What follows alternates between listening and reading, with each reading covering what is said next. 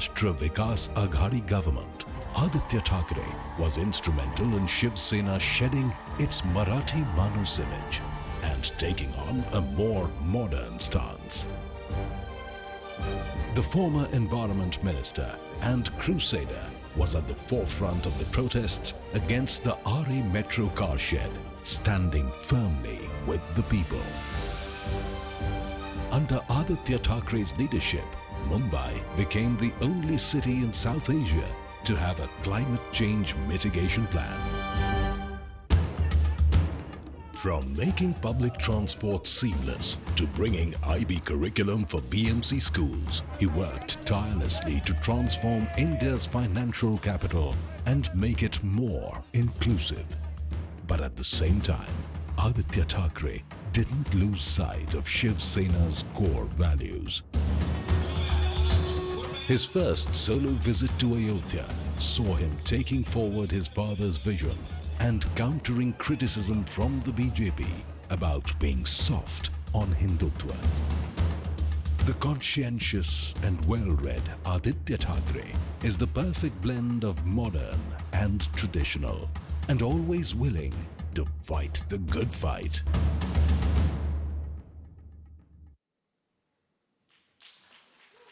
I now invite Mr. Aaditya Thackeray to stage. Our Managing Editor Zakir Jacob and our Mumbai Bureau Chief Vinaya Deshpande shall moderate this session. A huge round of applause, ladies and gentlemen, for Aaditya Thackeray.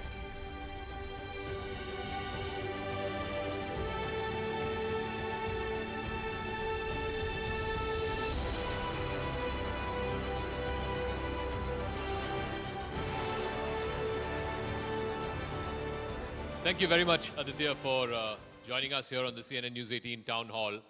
As we went down to greet him, the first thing he said to me was, "Welcome to Worli." And I said, yes, thank you very much, because he is the local MLA here and we are in his constituency. So can we have a round of applause for that? Thank you, and I hope I didn't sound like Jaikant Shikre saying, "Welcome to Goa." No, you certainly didn't. Let's start off with the city of Mumbai. You're, of course, a Mumbaiker. You're so passionate about the city, the direction of the city, and what it envisages to be. We've heard Mumbai will become like Shanghai, will become like Singapore, will become like Tokyo for a number of years now. The point is, we haven't got there. Many people have outlined visions as to how to get there, but we're still a distance away, maybe many years away, maybe decades away.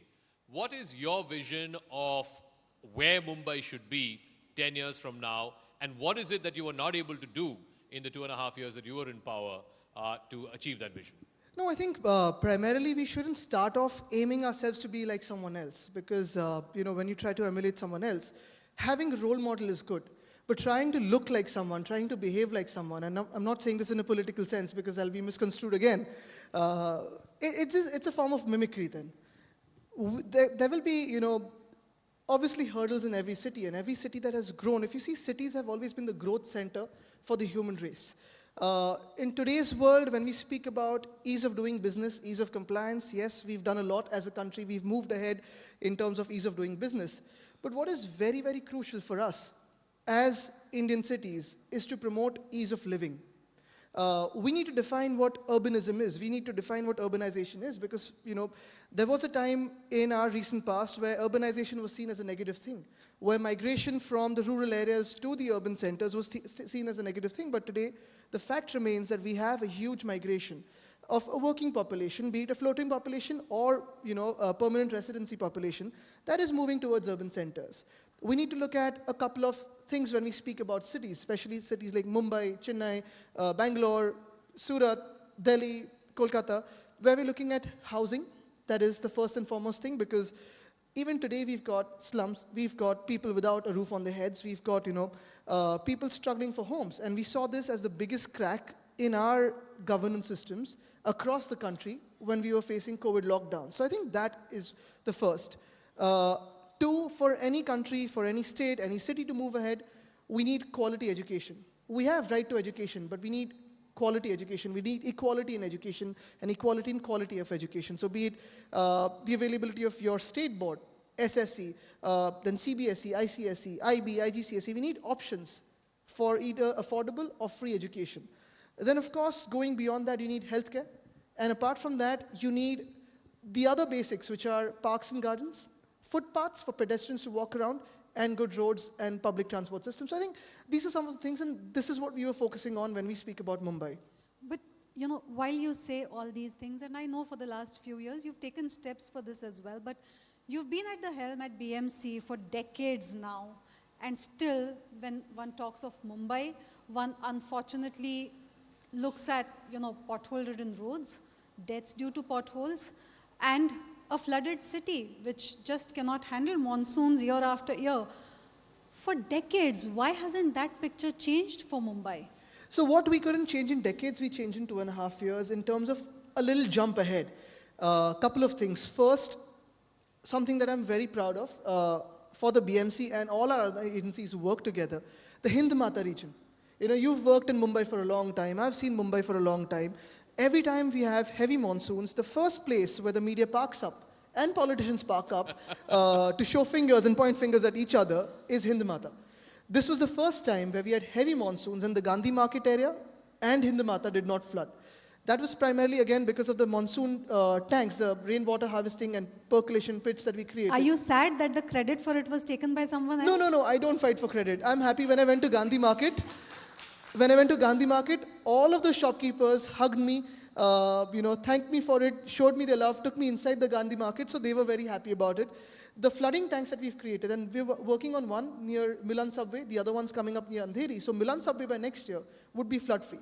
You need to work on that. The other one, of course, is, yes, there are things like roads, there are issues to do with every civic aspect and across all our cities. The problem therein lies where you have 16 or 17 different agencies that are running the city. For example, in Mumbai, for every single week that we had, we were in government, I had a meeting personally as the Guardian Minister of Mumbai with MMRDA, SRA, MHADA, the Mumbai Police, Traffic Police, BMC, Forest Department, 16 different agencies for every little bit, be it footpaths that I was focusing on, or safe schools, or better schools, or parks, or gardens, or something like the Coastal Road. Now the Coastal Road, or the MTHL, or the Worli-Shivdi Connector, or the Dahisar-Mira Bhayandar Link Road, all of them have at least 3 or 4 agencies linked to its work.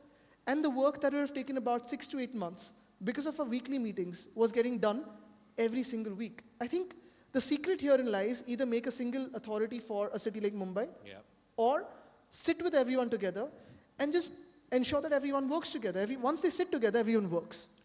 No, one issue, before we get to the next question, I think the fact that Hind Mata did not flood this time is like an 8th wonder of the world. So I think we should have a round of applause for that.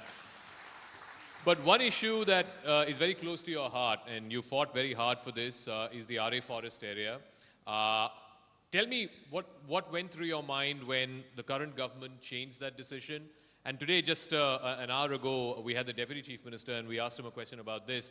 And he said, the previous government went after RA, but the High Court had approved it, the Green Tribunal had approved it, and he claimed that there was a committee that your government had appointed which also upheld the fact that the car shed should be built in RA.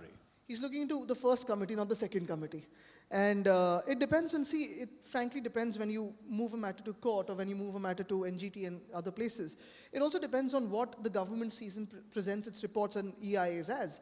The issue with RA was simple. Even today there are some misnomers being spread, some rumors being spread that the whole line was stopped. No, we did not stop the work for the 33 kilometers of, the Seeps-Kolaba line. We only stopped the work at RA. 2, of course, there are some faults with that line that have still not been answered, and they will not be answered because the speed at it's going. First, the 10,000 crore escalation. It was done before December 2019. According to which norm? Nobody knows. CVC rules, broken. That is a different thing altogether. Let me not get into that. 2, there's a thing called the stabilizing line. When you have an issue with one of the trains that is running on the 33 kilometers, you need to have a stabilizing line where you can pull out the metro bogie, bring another one, insert it and repair this one. There is not a single one on the 33 kilometers. 3, the issue with RA car shed is not about a particular land. It's not about only the trees, because a lot of times I've heard this thing about, only 2,700 trees, you have got 30,000 trees here, this highway is going to take 1 lakh trees. It's not about trees. Yes, saving trees is important, and we try to do that as much as possible. But this is about a forest, a living and breathing forest in the city of Mumbai. just 6 months ago, we had a camera trap set up there with the government of Maharashtra Forest Department and a couple of local NGOs and reporters. We've spotted 5 leopards in that car shed area, which means that this is a living and breathing forest. If you have a living and breathing forest, the thing was simple. Let's shift this out to somewhere else, because this car shed, this metro depot, can only serve us till about 2034 or maybe 2040 till the max. We were trying to link it up with Kanjur Marg. Today, as Metro Line 6 is coming up, Metro Line 6 does not have a car depot, and it had started work in 2018. Why was it so? So when we took it to Kanjur Marg, it was simple. There were lines 3, 6, 4 and 14 connecting the entire MMR region, a population of almost 2.5 crores to 3 crores, through one nodal point, saving us almost 10,000 crores, because instead of acquiring 4 different lands, building 4 different car sheds, you could have had it in one place. And that could have saved us money, time, energy, everything. And that is the whole idea. So this is not about an ego issue. This is not about, your ideology, my ideology. This is about a practical issue. We're saving a forest. It's going to harm everyone else. It's going to harm us who live in Mumbai. But soon after that decision was taken, like I remember that was one of the first decisions that was taken as soon as this government came to power. Your father gave a statement saying that, don't take revenge on Mumbaikars if you're upset with us. Do you still feel that bitterness? It is. I mean, he asked me that about what my first thought was. And we felt sad because, they could have taken any decision in terms of the first cabinet decision. Our first cabinet decision was giving 600 crores to the fort of Raigad, which is Chhatrapati Shivaji Maharaj's fort, for its restoration. That was our first decision. This dispensation, I don't call it a government because I don't feel it is constitutional. This arrangement, whatever it has, tried to seek revenge or avenge whatever we did in terms of the first strike on Mumbai. And today, if you see, Mumbai has no voice in the cabinet. There is no Mumbaikar in this cabinet. Well, there's Mangal Prabhat Lodha. No, you need someone who understands the reality of Mumbai, not the reality of Mumbai. And, that's where the nuance is. So, since we're talking about politics around Mumbai and everybody is gearing up for the BMC elections, looks unlikely that it's going to happen this year. Maybe it'll happen only next year. The question is, are you in a position to defend this fortress of yours? You've been in power here for the BMC last, God knows, 20, 30 years. The BJP has put out a target of 150 plus. Will you be able to defend this fortress after what we've seen over the last 3 months? Look, it's going to be a mighty attack on us. It's going to be a mighty attack on Mumbai, and we all know that, and we're prepared for that. The fact of the matter is, we have shown a love for the city as Mumbaikars, as someone who stay here, as someone who love the city. This is our Janma Bhumi, our Karma Bhumi. This is going to be our Bhumi forever. In the past 2 years and in the past 25 years that we ruled BMC, or rather served through BMC, not ruled BMC, and served through the government of Maharashtra, the chief minister was from Mumbai. Major projects took off. Things like the BST bus, electric clean transport, trying to hit 10,000. Everything we did largely was also a lot of Mumbai that was never voiced before and has never been voiced as of today. So obviously the Mumbaikars know what we have done for the city, be it in COVID times, being honest with the numbers, transparent with the numbers, our first jumbo COVID care centers, right from that to the sustainable development that we are focused on. And I think people would prefer Mumbaikars to be running Mumbai than Mumbai taking its diktat from somewhere else. There's one follow-up question to that, Aditya, and that is that critics say that there was an opportunity that the Shiv Sena had in February to hold the BMC polls. You had just overcome the COVID wave. You were being appreciated for the way you handled the wave. There were a lot of weekly meetings going on, a lot of projects going on. There is a sense that if you could have rode on that, maybe things would have been different. Is there a regret that? No, exactly right. I mean, the only regret probably is that we don't think too politically. Maybe we could have taken elections last year, gone for elections before the term ended, because the people knew what the COVID handling was. But we don't see these things as typically through a political perspective. We see this for the city. When we were just coming out of COVID, the city was actually bruised. It was, we had memories of COVID across the world. And we thought that we need to give a little breathing space for our authorities to plan the elections better. It has to be a free and fair election. It has to be well managed. We can't, keep hitting our authorities and officers with things after things, and our people things after things. So I think the whole idea was that have it in a good time where people can step out, be safe, and not have the fear of catching COVID. But then, when you talk BMC, you've seen people like Yashwant Jadhav, you've seen people like Yamini Jadhav. We saw the kind of public statements she made after she left. People who were considered to be extremely close to Matoshri behaving like that. Do you think, that it is betrayal, and B, that it is going to affect your fortunes in the BMC elections? I think people are seeing through it. It's a world that we live in that is open, transparent, 24/7. People know what is happening. People are also aware of what has happened and transpired behind the scenes. I mean, whatever reasons they give, the real reason is out there in the people. I mean, when I ask the people, everyone's speaking about a couple of things that are very prominently out there. But I think the whole idea really is people know what has happened. People will stand by us, and that is what my feeling is whenever the elections happen. And that is why this arrangement of governance is not willing to take elections. I have been appealing to them, saying the 40 of you who don't, want to stay with us, and I don't know what other word than Gaddar can be used for that, resign, face elections again. Whatever the people decide, we're okay to accept that. Because in the history of India, in the political history of India, such a jump without facing elections or without having the guts to face elections has never happened before. And I am saying, I will resign with you and I will face elections too with you. Come on, let's resign and face elections. The other thing is, let's face elections for BMC right now. Not a problem. So now that it's been a couple of months and the dust has kind of settled on it, what is your best assessment as you look at it in hindsight? What exactly went wrong? Because the criticism from that side is the Thackerays were inaccessible. The criticism from the other side is, the succession plan was very clear now that Aaditya has been moved up as a cabinet minister. So what is there for other leaders? So what is your best assessment of what went wrong? Were you inaccessible? Were you blindsided? What was it? I think there were multiple factors that put the pressure on them to jump ship. Apart from that, of course, in terms of inaccessible, I think I was roaming around, I was everywhere. They've shifted goalposts left, right, center. First, they blamed our allies for spoiling their political fortunes. Then they've blamed them for not giving them political funds for the constituencies or for the departments, which was read out. Then they spoke about Hindutva, their narrative, which we, obviously read our whatever we've done, and that was spoiled. Then, I don't know, I mean, succession plans, I had ministries that were not asked by anybody.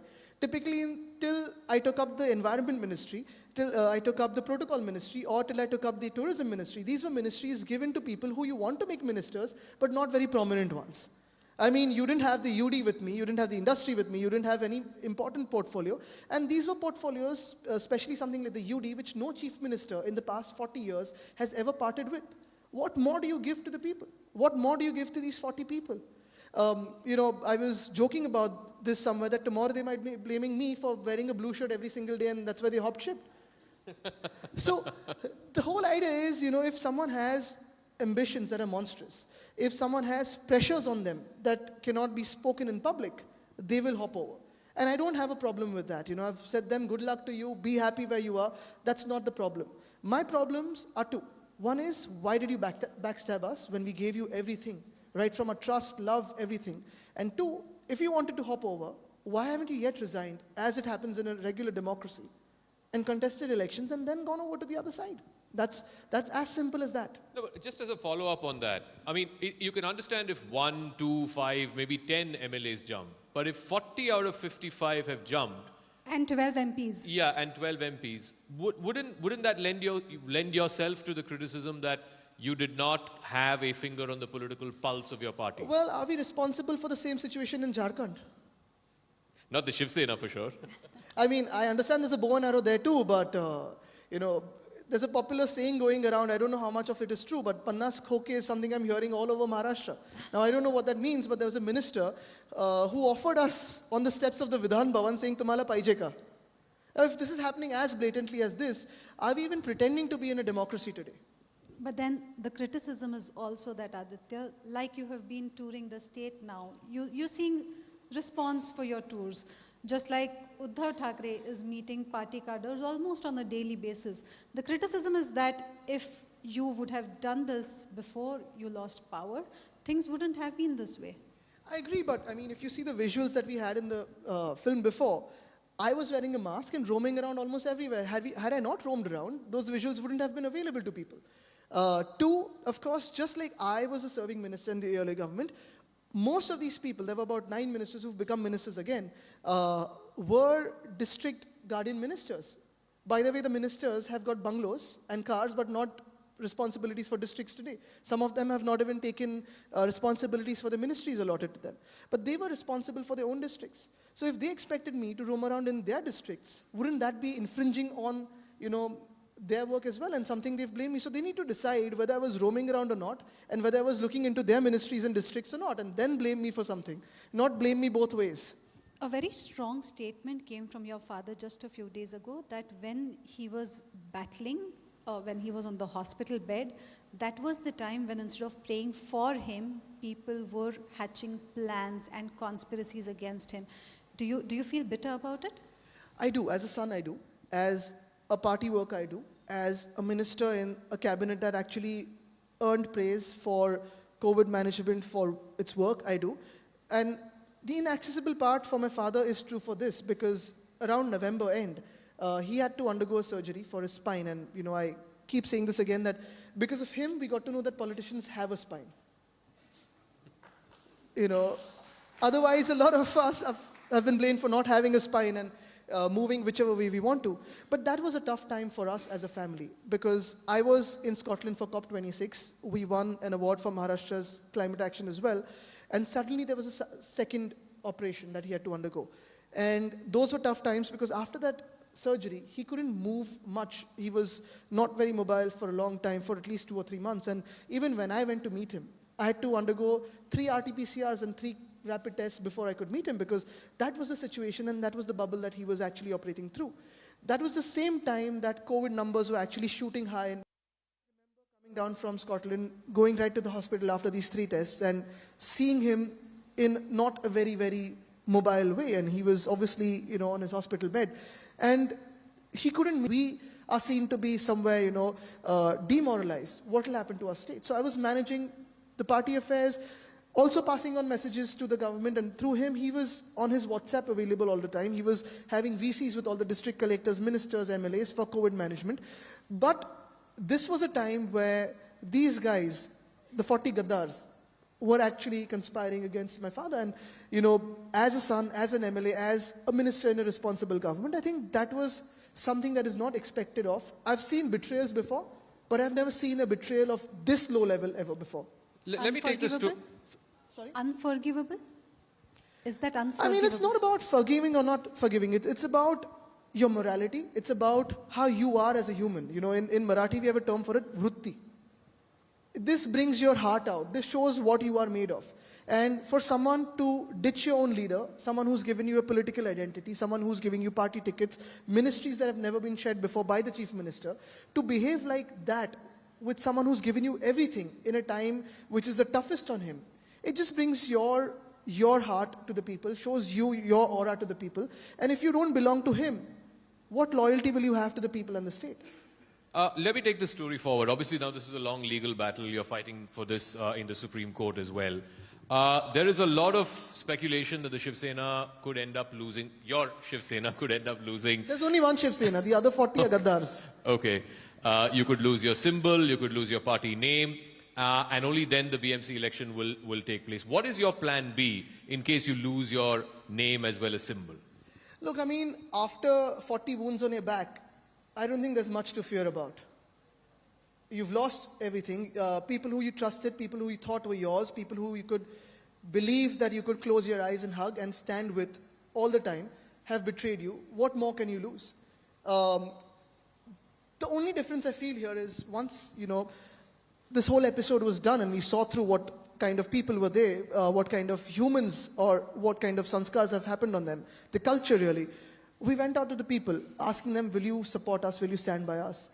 And the response across Maharashtra has been tremendous. There's been a lot of love for Uddhavji, there has been a lot of blessings for me. The legal battles, however, are not about Shiv Sena anymore. It's not about one party. You've got to realize what has happened in our country is about a whole different kind of law in our politics. It's a whole different story and narrative in our politics. This is not going to be about one party. If today people start taking groups of 5, 10, 15, 20 people, hopping over and start claiming parties, it's not just dangerous for us, it's going to be dangerous for the political parties that are national in nature. dangerous equally. It's going to be dangerous for any other regional party. This is about how our democracy is going to shape itself over the next 5 or 10 years. It's going to be about the other states that are in India. This is going to be about political stability in India and whether investors would want to invest in a story that is so politically unstable. I think this is the story and this is the narrative. It's about whether we would adhere to our constitution or not. And this, whatever judgment comes out, is going to be about our political story, it's going to be about our democracy, it's going to be about our constitution, not just the Shiv Sena. No, we had the Deputy Chief Minister earlier here, and one of the things, this was also an ideological battle. Obviously, you guys were the original Hindutva, as it were, as you claim. And he said that there is no difference between being a Hindu and Hindutva, and people like you don't understand it. So now that you've crossed over to the other side, and now some would describe you've been left in the lurch, how do you see yourself ideologically? Have you diluted your ideology? Is that why these 40 people left? What is his definition of Hindutva? He says there's no difference between being Hindu and Hindutva. It's one and the same. Okay, so what different have we done? You have supposedly diluted your version Exactly, of Hindutva. so that is my point, and that's what, we asked them. Going with the Congress and NCP, which were supposedly ideologically different than us, yes. We always have said we've never left our Hindutva. But our Hindutva is Raghukula Reet Sada Chali Aaye, Pran Jaye Par Jaan Na Jaye, Pran Jaye Par Vachan Na Jaye. And this meant that every promise that we've made electorally, because when we speak about Vachan, we speak about our duty to the people. As people in a political party, Prana Jai Par Vachan Na Jai means everything we do today has to be to fulfill whatever has been on a manifesto, and we've done that. Speaking about Hindutva, Uddhav Thackeray ji was the first political leader in recent times, in 2018, to have gone to Ayodhya and spoken about the Ram Mandir. After that, the court case started taking speed. We have gone there 3 or 4 times in a place where no political leader had gone in the past 2 decades, after the whole movement started. In Maharashtra itself, as the government of Maharashtra, being with the Congress and NCP, we gave funds to 10 ancient temples, more than 100 years old, to be restored and repaired. Nowhere did the Congress and NCP oppose it, because primarily they're not, against something, and we also did not say that we're going against Hindutva, we're going for Hindutva. This is our dharma, we're fulfilling our dharma. I went to Tirupati Balaji Mandir, and I requested them to come to Navi Mumbai. We've given them space, and it is this arrangement that has actually delayed that, objected to it, and delayed that by more than a month today. They were supposed to start off with their work in Navi Mumbai about a month ago. Through the BMC and through the tourism department, we were supposed to restore 10 ancient temples in Mumbai itself. It is this new dispensation that has put this on a hold. So what is the Hindutva we're talking of? Our last decision in the cabinet was to change the name of Aurangabad, a despotic ruler, to Sambhajinagar. We changed it from Osmanabad to Dharashiv. Yes, probably the difference is, while following our way of Hindutva, we did not incite riots in the state, and that is what the problem with them was. We took everyone together. Our Hindutva is about developing the state, living for the people, breathing for the people, serving the people, and that is what we have started doing. So Raghukula Reet Sada Chali Aaye, Pran Jai Par Vachan Na Jai meant every promise being fulfilled. But and that is what we did. But Aditya, one of the vachans was also the mandate, is the criticism against you, that in 2019 the vachan was that we will come to power with the BJP, and that you betrayed that mandate. Who broke it first? Well, they say because you didn't get the chief minister's position. That was the arrangement. That was what was said in the press conference. All of you have covered the press conference in Worli. What does Sama Saman mean? Pad wa Jawabdari mean? Now let's not get into the analytical breakdown of that statement, but that was what it was. And today, of course, it has been negated by that party. It has been put forward by us. I think that is a thing of the past. But what we are dutiful towards is... Why do we get into the thing, past? the other thing was to fight equal number of seats, but we were given 124 seats. Now, the problem with us as political parties, again, is we are fighting over the past. No one's fighting over the future. But they say the order has been restored now, and that is why we talk about the past. I wish them all luck, great happiness, but my only prayer to them is, if you want to be principled in politics, resign on the 40 seats of MLAs, resign on the 12 seats of MPs, contest again. Whatever the people decide will be the will of the people, because today we stand in the temple of democracy. All right, so I think we'll do some audience questions, and then we have a rapid fire for you. So Shilpa is here, so Shilpa will help us through the audience questions. All right, request the respected ladies and gentlemen to raise your hands. I'll come to you. Do not ask your question without the mic. We need the audio to be captured, please. Yes. And one question please per go person, ahead. please. Introduce yourself and go ahead. My name is Vijay Dhamal. I am from Oryx, India. Sir, Aditya ji, मैं मराठीत पण विचारू शकता. Okay मी चालेल ना? Yeah, absolutely fine. Sir मी तुमचे आजोबा प्रबोधनकारजी त्यांचं पण काही ऐकलेलं आहे. आणि मी लहान असताना बाळासाहेबांच्या सभा अगदी मी लालबागला राहिला होतो. प्रत्येक सभा मी अटेंड करायचो आणि त्यांचं भाषण ऐकताना अंगावरती काटा उभा राहायचा. मी त्यांचा फॅन होतो. मी प्रोफेशनल करिअर केलं. मी आता व्हाईस प्रेसिडेंट आहे. परंतु तुमच्यामध्ये जे काही गुण आहेत मी तुम्हाला असं पाहतोय की भविष्यामध्ये देशाचा नेता तुम्ही होऊ शकता. आज मी कन्हैया कुमार यांनाही मी फॉलो करतो, त्यांनाही मी ऐकतो. पण आज तुमच्यामध्ये जे काही क्वालिटीज आहेत मी तुम्हाला अजून एक 7 ते 8 वर्षानंतर तुम्ही फार मोठे नेते असाल ही मी अपेक्षा बाळगतो. सर मी तुम्हाला फक्त माझा एक प्रश्न आहे. मुंबईमध्ये ट्रॅफिकचा फार मोठा प्रॉब्लेम आहे. तर तुम्ही मुंबईच्या ट्रॅफिकसाठी भविष्यामध्ये तुमच्यामध्ये काय प्लॅन आहेत सर?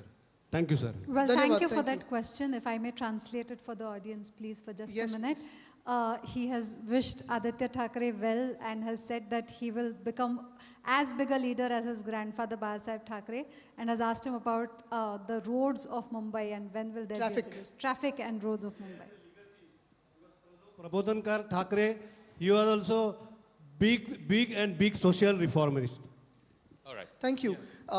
तुमचा प्रश्न खूप महत्त्वाचा आहे कारण ह्याच्यावर मी खूप काम करण्याचा प्रयत्न केलेला आहे. आणि ऑफकोर्स आपल्या प्रत्येक शहरामध्ये बघितलं तर ट्रॅफिक ही एक वाढता मोठा एक प्रॉब्लेम आहे. मुंबईचं जर बघितलं तर आत्ताची जी परिस्थिती आहे, आपले आहेत ते रस्ते पूर्ण लोकांनी भरलेले असतात. कारण गाड्या आहेत, प्रायव्हेट इंडिव्हिज्युअल गाड्या, बसेस भरलेले असतात, ट्रेन्स भरलेले असतात, सायकल्स, रिक्षाज, कॅब्स, ओला, उबर सगळं भरलेलं असतं. 2 गोष्टी ह्याच्यात महत्त्वाच्या आहेत. एक ऑफकोर्स चालण्यासाठी जागा, वॉकेबल फुटपाथ्स, आणि तो माझा मेजर फोकस होता. तुम्ही आत्ता पण प्रत्येक एरियामध्ये बघाल तर गार्डियन मिनिस्टर म्हणून, पालकमंत्री म्हणून मी पहिलं जे केलं ते MMRD असेल, म्हाडा, SRA, रेल्वे वगैरे सगळ्यांना आणि BMC प्रामुख्याने ह्यांना फंड देऊन अनेक ठिकाणी फुटपाथ हे जे पेवर ब्लॉक्स असायचे ते काढून एम्बॉस्ड कॉन्क्रीटचे केले जिथे आपण चालू शकतो. Road should be walkable without closing your eyes और closing your nose and having the fear to fall. So I think that was one of the most important thing for me. Pedestrians, zebra crossing असणं गरजेचं आहे, pedestrian refuge area असणं गरजेचं आहे. ह्याच्यासाठी आम्ही Bloomberg, WRI वगैरे ह्या सगळ्या संस्थांबरोबर, C40 सिटीज आहे, क्लायमेट ग्रुप आहे, ह्यांच्याबरोबर बसून आम्ही प्लॅनिंग करायचो की वॉकेबल सिटी कसं होईल, चालतं येणारं शहर कसं होणार, हा एक महत्त्वाचा फोकस एरिया होता. तो असणं गरजेचं आहे. आणि दुसरं ऑफकोर्स पब्लिक ट्रान्सपोर्ट, जसं रेल्वेज आहेत, टॅक्सीज आहेत, मेट्रो लाईन येत आहेत, बसेस, त्यापेक्षा सगळ्यात महत्त्वाच्या म्हणजे आपल्या पब्लिक ट्रान्सपोर्टच्या बसेस असतात. Because buses are such a thing, and I was discussing this with the director for strategy for transport for London, and he said more than any other mode of transport, buses and double-decker buses are the most important for any city, especially a city like London. They've got almost 9,000 buses. Our aim was to hit almost 10,000 looking at the bus to population ratio. Today, if you see, we've gone past the COVID numbers that used to use the bus. For us, the first and foremost thing in a city like Mumbai was flat fares. So the BST even today is 5 rupees for 5 kilometers, 10 for 10, 15 for 15, and anything beyond 15 kilometers is 20 rupees. The other thing we started doing is increase the number of buses. We were around 3,337 buses 2.5 years ago. Today, we've increased that number to almost 3,500. Going beyond that, we're looking at every single bus in Mumbai to be clean fuel, so either electric or hydrogen. 2, we're looking at almost 900 double-decker buses coming in. So Mr. Gadkari actually inaugurated the first double-decker electric bus. That was what we had called for, and I'm so happy he inaugurated it. I hope he replicates that model across India. But Uddhavji was always keen on double-decker buses, and I was keen on electric buses. So we put together that, and we've got double-decker electric buses. Buses are something that you can actually move around, augment capacity, change routes at any time. तर मला वाटतं ट्रॅफिकवर हे 2 महत्त्वाची गोष्टी होती. तिसरी गोष्ट, coastal road जो आपलं बनतोय साधारण 65% पूर्ण झालेला आहे. मुंबई ट्रान्स हार्बर लिंक आहे, ती आम्ही वीकली बैठक घ्यायचो. उद्धव साहेबांनी पहिलं गर्डर लॉन्च केलं. जेव्हा आम्ही सरकारमधून बाहेर पडलो किंवा आम्हाला काढलं गेलं त्याच्यातून, तेव्हा 80% पूर्ण झालेलं होतं हे MTHL. नरिमन पॉईंट कफ परेड कनेक्टरची सुरुवात आपण करून दिली. त्याच्यात मी मागे लागून सगळे क्लिअरन्स वगैरे करून दिले. मला वाटतं टेंडर आता त्याचं निघालं असेल. दहिसर मीरा भाईंदर लिंक रोड ह्याची सुरुवात आपण करून दिली. माझा प्रयत्न होता की western express highway, eastern express highway, eastern freeway, AGLR, JVLR आणि SCLR ह्या तिन्ही 6 महत्त्वाचे जे रस्ते आहेत, 3 ईस्ट वेस्ट आणि 3 नॉर्थ साऊथ, पेडेस्ट्रियनायझेशन, सिग्नलिंग आणि मूवमेंट ऑफ व्हेकल्स हे एक प्लॅन्ड मॅनरमध्ये व्हावं. आणि this was what I was focusing on. Hopefully whenever we are granted the time to work again by the people and citizens of Maharashtra, we focus on that. Thank you. All right, we can have a couple of more audience questions. Yeah. Hi, I'm Aaditya Pratap. I'm a practicing lawyer. Recently, I had gone to the Vojvada court and I passed in front of KEM hospital. I see really the heavy crowds and the bad state of the poor people outside KEM hospital. BMC has more than 80,000 crores in budget. Every year, thousands of crores of flowers and others. But yet, in the last 20 years, we have not seen a single new BMC hospital coming up. My driver, either anyone, they go to So there are 4 that have already come up recently. Which ones? The ones in the suburban centers, there are 4 that have come up and there are 4 that are coming up again. Okay, that's good. But then it might need So I'll more. tell you, I get your question. Thank you, sir, for And thank just you, one- Aditya, for that. Yes, and just one more add-on, that you have so, these days you have BMC has so much money that you can actually set up a Medanta for the public. Like a heavy-duty MRI machine costs 12 crores for the BMC's loose change. Like, do a project like that. So primarily, again, the whole understanding of BMC's fund has to be much deeper than just seeing the 80,000 crores, because a lot of people look at Mumbai as the hen that lays the golden egg. When we took over the BMC in 1997, the BMC was in a deficit of almost 490 or 500 crores.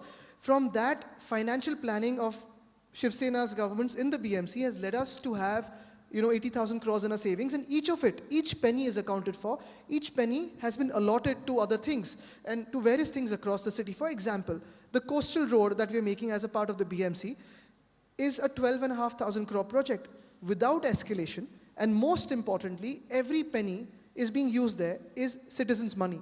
So once we have savings like this, the BMC is not going to have a single toll on that coastal road. Multiple things that are coming up across the city are a result of this saving. For example, in 2017, and I'll give you the latest figures very soon, but COVID has distorted those figures in the healthcare sector because of the amount of equipment that came in. But in 2017, the BMC had 13,756 beds in its hospitals.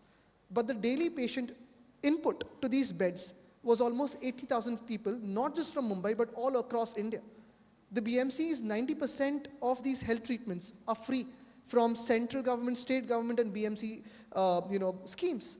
We have some of the best doctors, we have some of the best medical equipment, and which is why the entire country, really, from be it an urban center or a rural center, they come to Mumbai for treatment and they go into BMC's hospitals. But of course, when you have people coming in more than what beds are available or more than what doctors or nurses are available, you will have an overflow and you will have a problem with more than one person or 2 people coming to the same dispensary, for which we have started planning with dispensaries across Mumbai, increasing them, doubling the amount to almost 1,000 dispensaries across Mumbai, which we already had, but this is going on, free healthcare. 2, we need to level the way our hospitals go. Peripheral hospitals, centralized hospitals, you need to have a radial pattern of planning this, and this is what was going on in the past 2.5 years, along with COVID management. And yes, we have world-class hospitals, we haven't promoted them, and that's where we fall back. So maybe some of the 80,000 crores could have been used for better promotion and ads on TVs. We fell back on that. No regrets about that, though. All right, a couple of more audience questions. जय Maharashtra. Jai Maharashtra. Me doctor Bhushan Jadhav.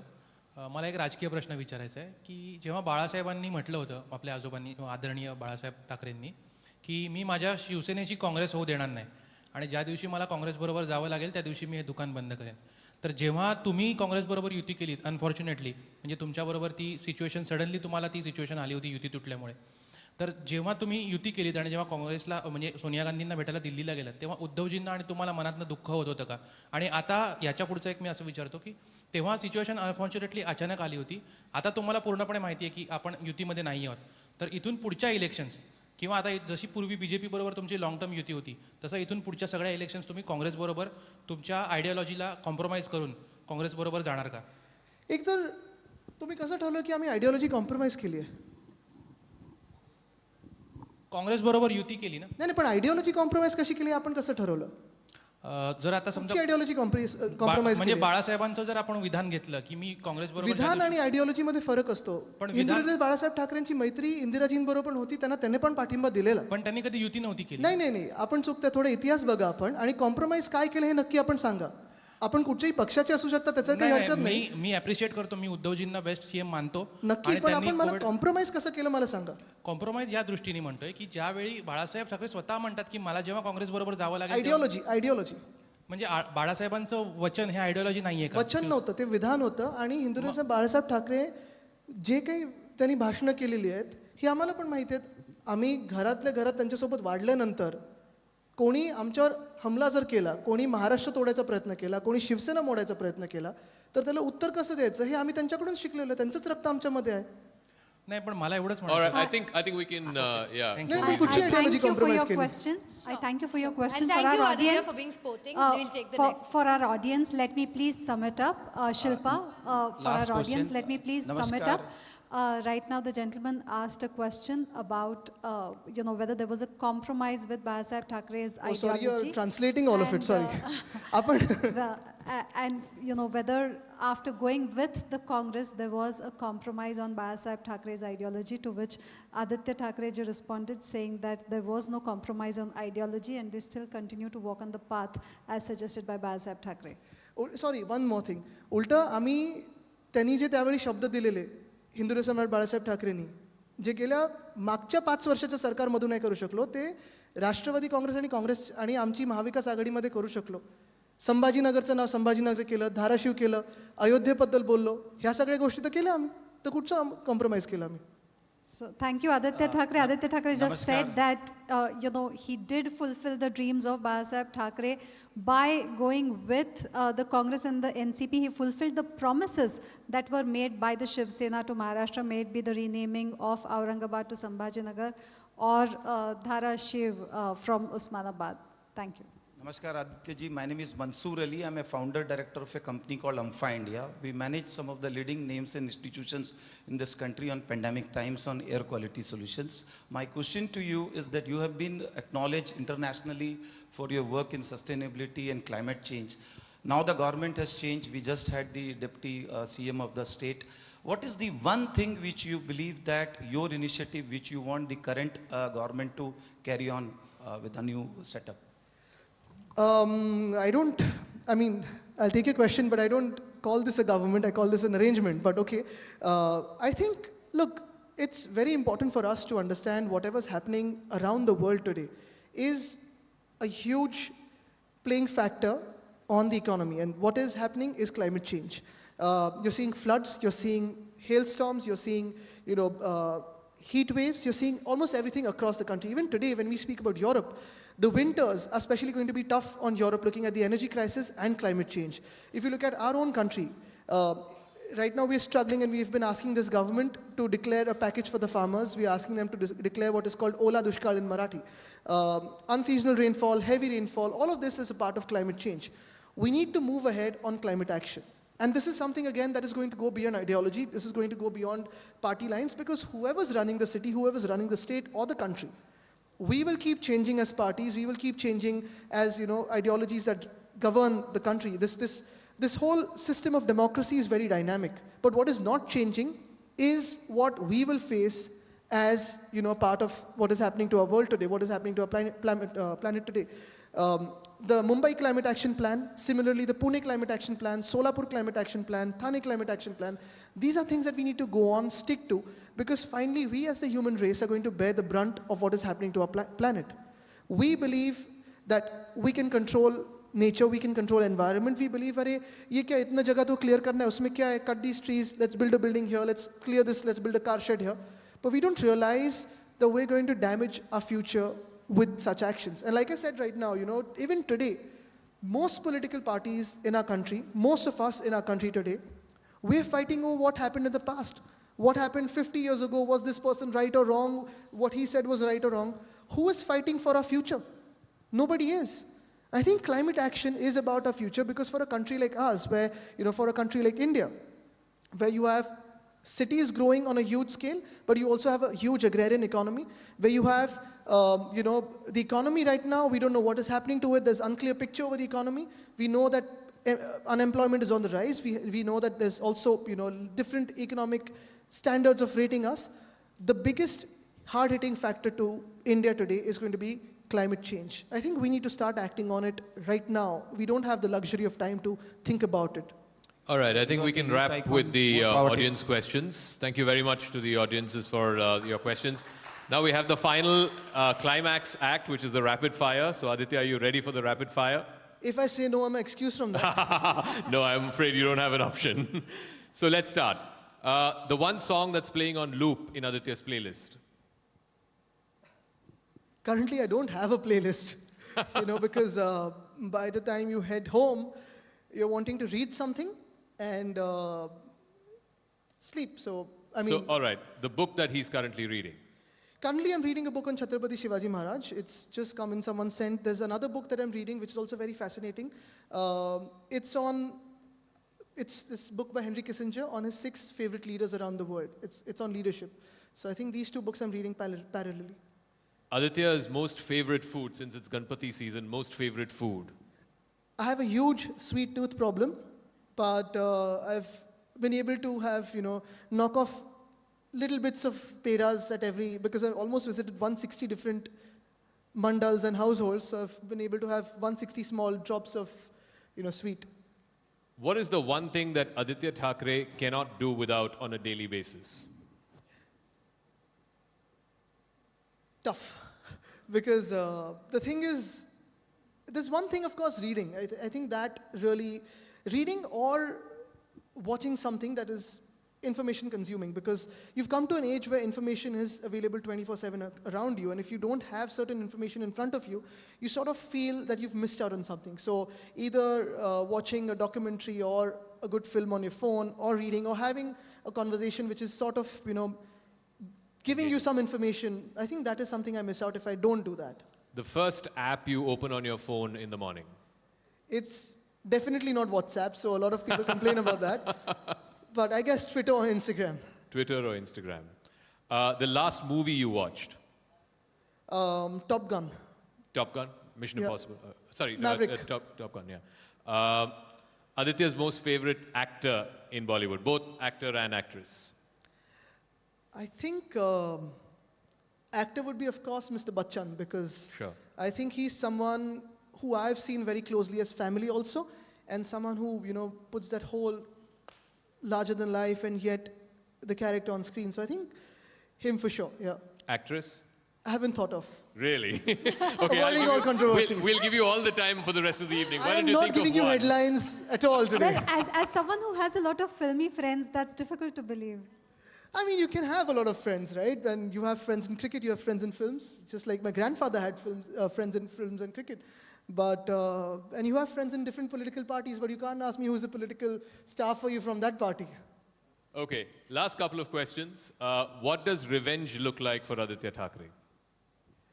I don't believe in revenge. I think we've got to move ahead of that mindset of revenge. I think revenge is about forgetting the past, moving forward, and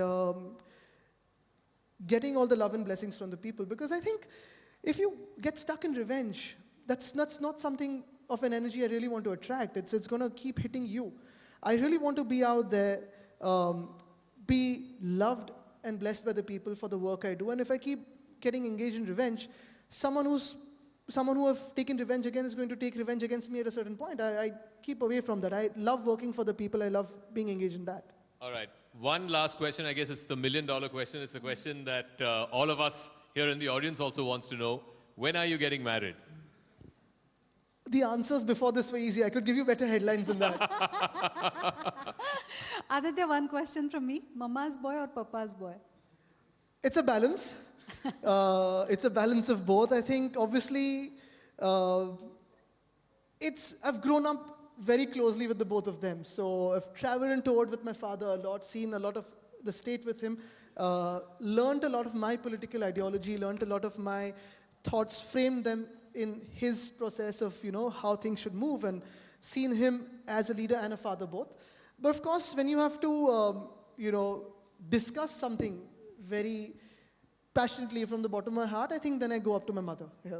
Do you consult her for any of your political decisions, and is she happy with your political journey? So when I was getting into politics, her first advice was, don't get in there. It's a world which is, not really, you need to be thick-skinned for that, you need to be strong for that. And she asked me, are you strong enough for that? Because she's seen this whole political story of betrayals before. She's seen it very closely. She's at a certain point, and she keeps away from politics. She's shy from politics. But she's been also publicly sort of dragged into it or blamed for a lot of things which she's not been responsible for. She's someone who's remained behind the scene and cared for the family. But I think that's where her perception of politics is. And, that's the advice she gives, that you need to be strong if you're in this field. Aaditya, the poet's favorite poem. And you have to recite a couple of lines for I us. think Yes. of late I have been, reading Chitta Jite Bhaya Shunya, Where the Mind is Without Fear, by Gurudev Rabindranath Tagore, very often trying to see the nuances in it and to see the layers in it. I think that, and the other one, purely for the words of the poem, and not, I'm not going into Rudyard Kipling's background or history, but I think that also means a lot when you read that poem. So these two poems really hit me hard whenever I read that. All right, ladies and gentlemen, Aaditya Thackeray, can we have a round of applause, please? Thank you. Thank you. Thank you so much for that engaging session. I request all Mr. P. Saktivel, the Group CHRO of Network 18, to present a memento to Mr. Aaditya Thackeray.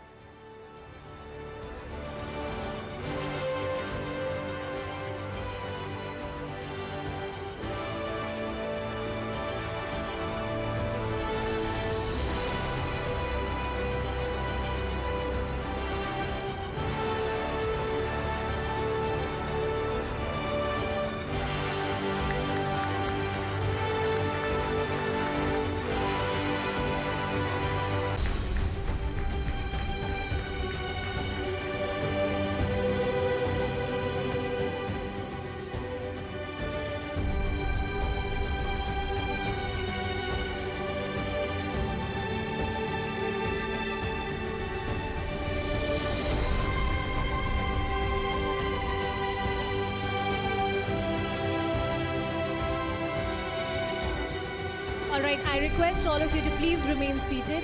We just have a small closing ceremony. I request you all to please be seated for another 2 minutes. With that, we are coming to the close of this town hall. I'd once again like to thank our sponsors. This event is co-presented by Reliance Industries Limited and Axis Bank. Associate sponsors Hyundai Kona Electric and 99 Acres.